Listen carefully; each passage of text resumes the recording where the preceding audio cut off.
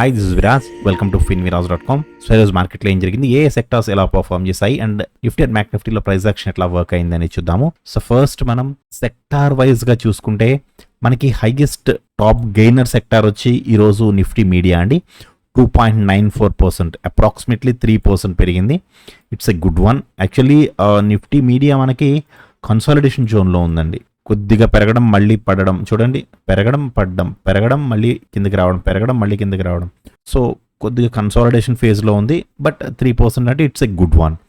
So హైయెస్ట్గా follow అయిందంటూ ఏది లేదండి. అప్రాక్సిమేట్లీ 1% కంటే లోనే ఫాలో అయ్యాయి అన్నీ కూడా. అంటే పిఎస్యూ బ్యాంక్స్ 0.8%, కొద్దిగా ఎక్కువ అనుకుంటే అన్నిటికంటే. మిగతావన్నీ కూడా 0.123 అలా ఓకే ఫాలో అయ్యాయి అంతే. పాజిటివ్లో కూడా హైయెస్ట్ పాజిటివ్ సెక్టర్ ఏది లేదండి. ఓన్లీ నిఫ్టీ మీడియా మాత్రమే 3% పాజిటివ్లో ఉంది దాదాపుగా. సో విక్స్ మాత్రం ఈరోజు 4% ఫాలో అయిందండి. కరెక్ట్గా చెప్పాలి అంటే 4.8% ఫాలో అయింది. It's a good sign. So ఎందుకు గుడ్ సైన్ అంటున్నానంటే, బ్యాంక్ నిఫ్టీ ఎక్స్పైరీ రోజున విక్స్ ఫాలో అవడం అనేది ఆప్షన్ సెల్లర్స్కి ఇట్స్ ఎ గుడ్ థింగ్ అండి.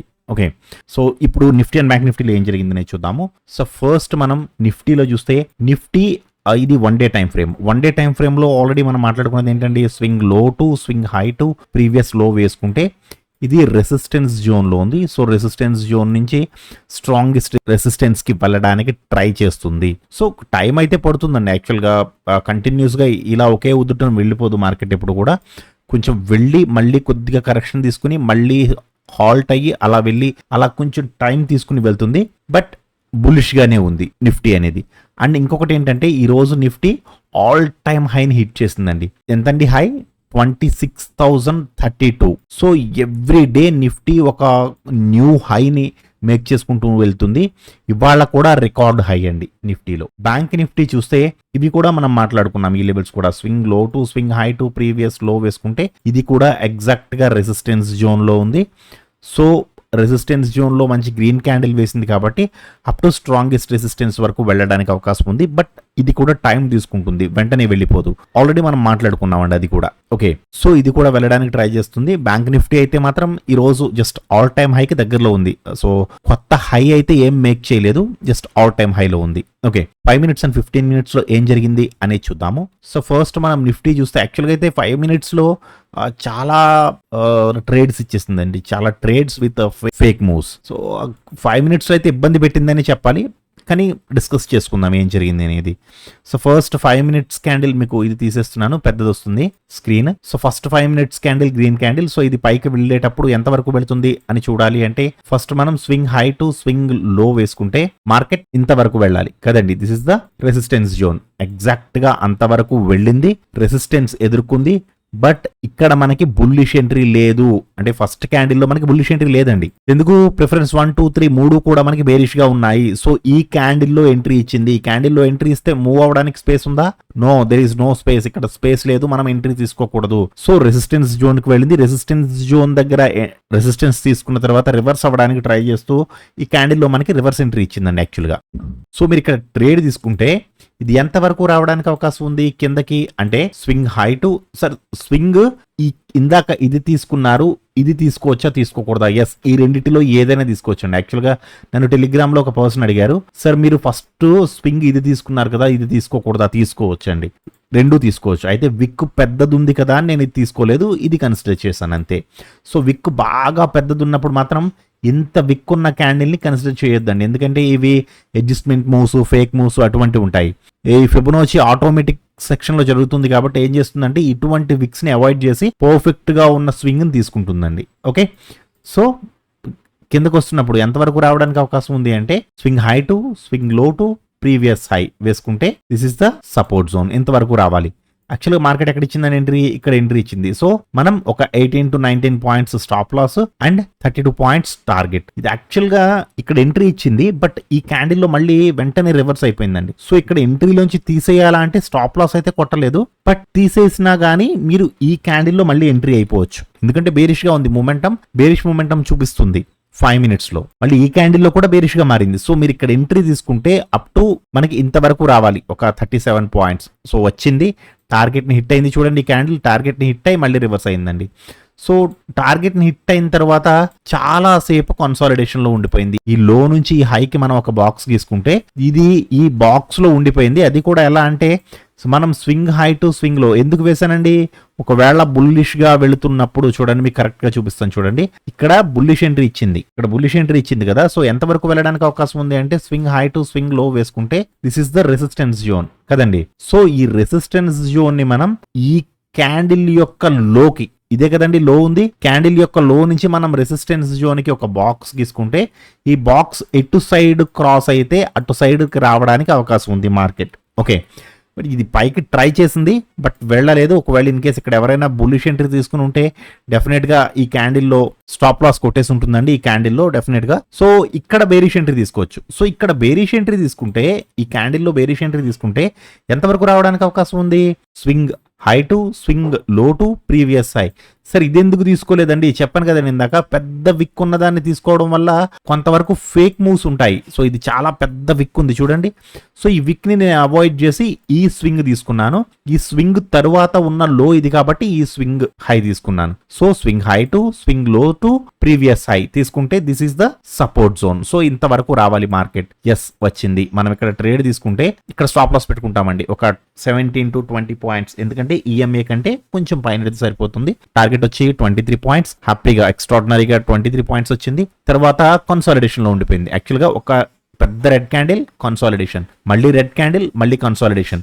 సో ఈ కన్సాలిడేషన్ కి మనం ఎలా చూసుకోవాలి, ఇక్కడ నుంచి ఇంతవరకు దీన్ని ఎలా చూడాలి అంటే స్వింగ్ హై టు స్వింగ్ లో చూసినప్పుడు మీకు ఏదైతే రెసిస్టెన్స్ జోన్ ఉందో రెసిస్టెన్స్ జోన్ టు ఈ స్వింగ్ లో ఉంది కదండి, ఈ స్వింగ్ లోకి ఒక బాక్స్ తీసుకోండి. ఈ బాక్స్ థియరీ గురించి మీకు నేను ఎక్స్ప్లెయిన్ చేస్తానండి. ఇది కొంచెం కాంప్లికేటెడ్ సబ్జెక్టు, అంటే ఏది చెబితే మీరు ఏ తప్పు చేసేస్తారో అని చెప్పట్లేదు నేను. ఈ బాక్స్ థియరీ అనేది కొంచెం కాంప్లికేటెడ్ అండి. ఎప్పుడు ఎక్కడి నుంచి గీయాలి బాక్స్ అనేది చాలా కాంప్లికేటెడ్ గా ఉంటుంది. ఒక్కొక్కసారి ఒక్కొక్క లెవెల్ నుంచి తీసుకుంటాం అనమాట. అది 15 minutes కన్ఫర్మేషన్ ఒకలా ఉంటుంది, 5 minutes కన్ఫర్మేషన్ ఒకలా ఉంటుంది, 1 hour కన్ఫర్మేషన్ ఒకలా ఉంటుంది. ఈ బాక్స్ అనేది చాలా డిఫికల్ట్ గా ఉంటుంది గీయడానికి. సో గీస్తున్నారు, మీ ఉజ్జాయింపు ప్రకారం మీరు గీస్తున్నారు. సో ఇలా తీసుకుంటున్నారండి. అది కూడా తీసుకోవచ్చు, అది కూడా తప్పేం కాదండి, హ్యాపీగా అది కూడా మంచిదే. డబ్బులు పోకుండా ఉండే టెక్నిక్ ఏదైనా మంచిదేనండి, అదొకటి గుర్తుంచుకోండి. ఓకే, సో బాక్స్ ఎటు క్రాస్ అయితే అటు మనం ఎంట్రీ తీసుకుంటాము. ఇక్కడ పైకి వెళ్ళడానికి ట్రై చేసింది, పైకి వెళ్ళడానికి ట్రై చేసినప్పుడు దీని తరువాత ఉన్న స్వింగ్ ఇదండి. సో దీనికంటే హై ఇది. So swing high to swing లో తీసుకుంటే కొద్దిగా మూవ్ అవడానికి స్పేస్ అయితే ఉంది, మనం ఇక్కడ తీసుకోవచ్చు. ఇక్కడ మనం ట్రేడ్ తీసుకుంటే ఇక్కడ స్టాప్ లాస్ పెట్టుకుంటాము. ఒక 16 points stop loss and 16 points target వెళ్ళింది, టార్గెట్ హిట్ అయింది, మళ్ళీ కిందకు వచ్చి మళ్ళీ ఎంట్రీ ఇచ్చిందండి. మళ్ళీ ఎంట్రీ ఇచ్చినప్పుడు ఈ లెవెల్కి వెళ్ళిపోండి, ఎందుకంటే మళ్ళీ పైకి వెళ్ళడానికి ఇంకా స్పేస్ ఇవ్వాలి కదండి దీనికి.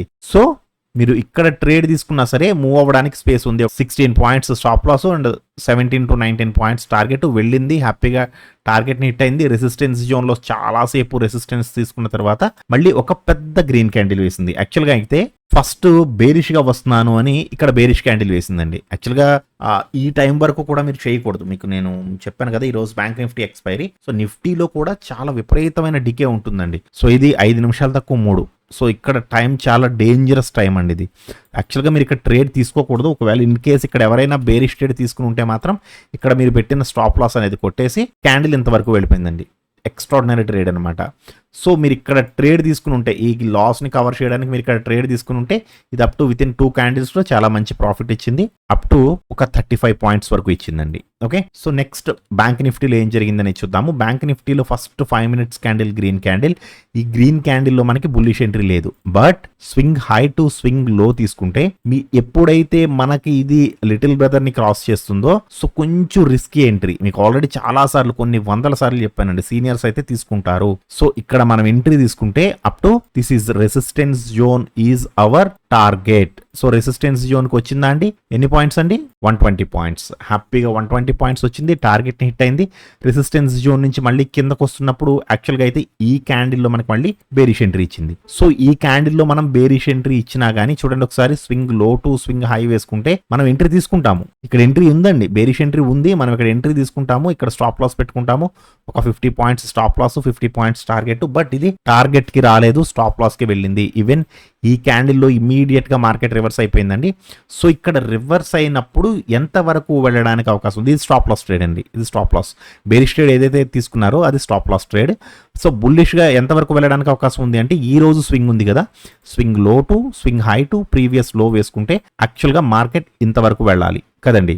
This is the momentum. ఒకవేళ మీరు ఇన్ కేసు ఈ క్యాండిల్లో తీసుకున్నా ఓకే, లేదు ఈ క్యాండిల్లో కాకుండా లిటిల్ బ్రదర్ కన్ఫర్మేషన్ దగ్గర, లిటిల్ బ్రదర్ దగ్గర తీసుకుంటాను సార్, దానికి కింద స్టాప్ లాస్ పెట్టుకుంటాను. ఒక 25 to 30 points stop loss and 70 points target. ఇది కూడా 1:2 ఇచ్చిందండి, హ్యాపీగా వెళ్ళింది.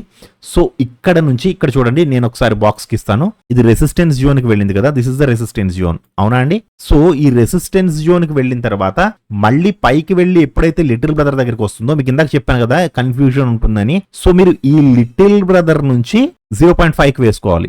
So this is the box అండి. ఈ బాక్స్ లో మార్కెట్ ఉన్నంతసేపు కూడా మార్కెట్ మూవ్ అవ్వదు. అందుకే చెప్పా మీకు, ఒక్కొక్కసారి ఒక్కొక్క లెవెల్స్ లో వేసుకోవాల్సి ఉంటుందండి అని. సో వెళ్ళింది, టార్గెట్ ని హిట్ అయింది, మళ్ళీ లిటిల్ బ్రదర్కి వచ్చింది, మళ్ళీ పైకి వెళ్ళింది, మళ్ళీ లిటిల్ బ్రదర్కి వచ్చింది, మళ్ళీ పైకి వెళ్ళింది, మళ్ళీ లిటిల్ బ్రదర్, మళ్ళీ పైకి వెళ్ళడానికి ట్రై చేసింది. చాలా సేపు హోల్డ్ చేసిందండి, దాదాపుగా 1 గంట పాటు వెయిట్ చేసింది ఇక్కడ బ్రేక్ చేయడానికి ట్రై చేసి. సో నేను ఈరోజు మార్నింగే అంటే బిఫోర్ 6 AM మీకు నేను ఒక ఇమేజ్ పెట్టానండి.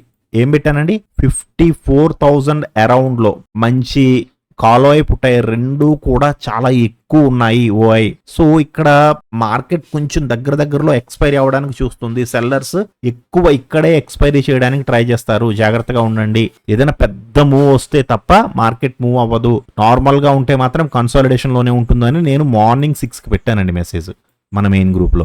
సో ఈరోజు మార్కెట్ మొత్తం కన్సాలిడేషన్ లోనే ఉంది, పెద్ద మూవ్ అంటూ ఏమీ లేదు మార్కెట్ లో. సో దాదాపుగా అదే జోన్ లో మార్కెట్ అనేది ఎక్స్పైరీ జరిగింది. స్టాక్స్ ఫర్ టుమారోలో వచ్చేటప్పటికి ఈరోజు మనం తీసుకున్న స్టాక్స్ 3 స్టాక్స్ అండి, eClerx services and JK Tyres and Cineline. So ఈ 3 స్టాక్స్ ఈ రోజు నేను స్వింగ్ కి తీసుకున్నానండి. సో వీటి పర్ఫార్మెన్స్ ఎలా ఉంటుంది అనేది 3 నుంచి 4 రోజుల తర్వాత మనకి అవుట్పుట్ అనేది వస్తుంది, ఓకేనా అండి? సో మీకు ఈ రోజు మీ ట్రేడింగ్ ఎలా జరిగింది? ప్రాఫిట్ లో ఉన్నారా, లాస్ లో ఉన్నారా? మీ స్వింగ్ స్టాక్స్ ఈ రోజు ఏవైనా ఎగ్జిట్ అయ్యారా? ప్రాఫిట్ లో కానీ లాస్ లో కానీ ఎగ్జిట్ అయ్యారా? Each and everything comment section లో చెప్పండి, ఓకేనండి? Thank you so much.